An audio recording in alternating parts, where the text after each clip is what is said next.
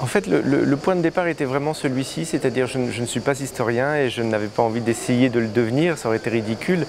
Et j'avais envie de parler d'Europe et je me suis posé cette question, comment est-ce que je fais moi pour parler d'Europe tout en restant dans mon champ, qui est celui de l'écriture de fiction, romanesque ou théâtrale. Et c'est vrai que la forme du poème s'est imposée assez vite. Et maintenant, avec un petit peu de recul, j'analyse peut-être mieux cette décision. Je pense que la poésie frictionnée avec ce sujet-là permet en fait d'être parfois dans la célébration, puisque la poésie n'a aucun problème à être lyrique si elle a envie de l'être, parfois dans la vindicte et l'expression de la colère. Là aussi, elle peut être très facilement dans le débordement. Or, toutes ces couleurs de langue m'auraient été a priori plutôt interdit si j'avais choisi un essai ou l'écriture d'un article dans un journal. C'est vraiment la poésie qui me permet d'être dans un certain ton qui, je crois, est en plus un ton dont l'Europe a besoin, c'est-à-dire que c'est un ton peut-être un peu plus plein de muscles et de lyrisme, et au fond, pourquoi pas essayer de raconter l'Europe avec lyrisme, qu'est-ce que ça donne? Alors ça donne pour ma part, nous, l'Europe.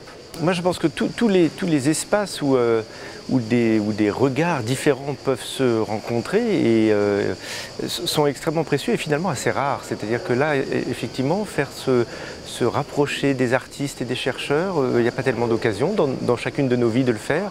De la même manière, moi j'ai toujours beaucoup d'intérêt à essayer de voir comment est-ce que l'écriture théâtrale ou romanesque peut venir rencontrer le discours politique, par exemple. Ça m'intéresse aussi, y compris pour voir d'ailleurs qu'on n'a rien à se dire. Parfois, ça arrive, mais je trouve que c'est toujours bien de se déplacer un petit peu et de s'ouvrir. Et puis, le thème choisi m'intéresse beaucoup, c'est-à-dire que civilisation et imaginaire, je trouve qu'il y a une tension dans ce titre-là qui est intéressante, parce qu'a priori, civilisation, on pourrait dire que c'est juste l'ensemble des caractéristiques qui nous constituent ou qui constituent telle ou telle civilisation. Qu'est-ce que le mot imaginaire vient faire là-dedans? C'est assez saugrenu d'une certaine manière. Or c'est probablement une vérité totale, c'est que les civilisations ne se font pas sans imaginaire. Nous choisissons aussi notre passé. Et moi, par exemple, modestement, dans Nous l'Europe, je le fais. C'est-à-dire que je n'ai pas cessé de faire des choix dans les dates que j'allais mettre dans le texte et celles que j'écartais, dans le parcours que je proposais, y compris historique. Je pense que rien n'est faux, mais par contre, tout est choisi et il y a des choses qui n'y sont pas, il y a des choses qui sont écartées.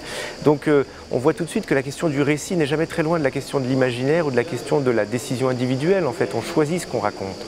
Et probablement que nous nous constituons comme ça. Les Grecs se sont constitués parce qu'ils avaient lu l'Iliade. Donc ils étaient dans la question du récit et de l'imaginaire me semble être en fait très proche de celle de l'identité.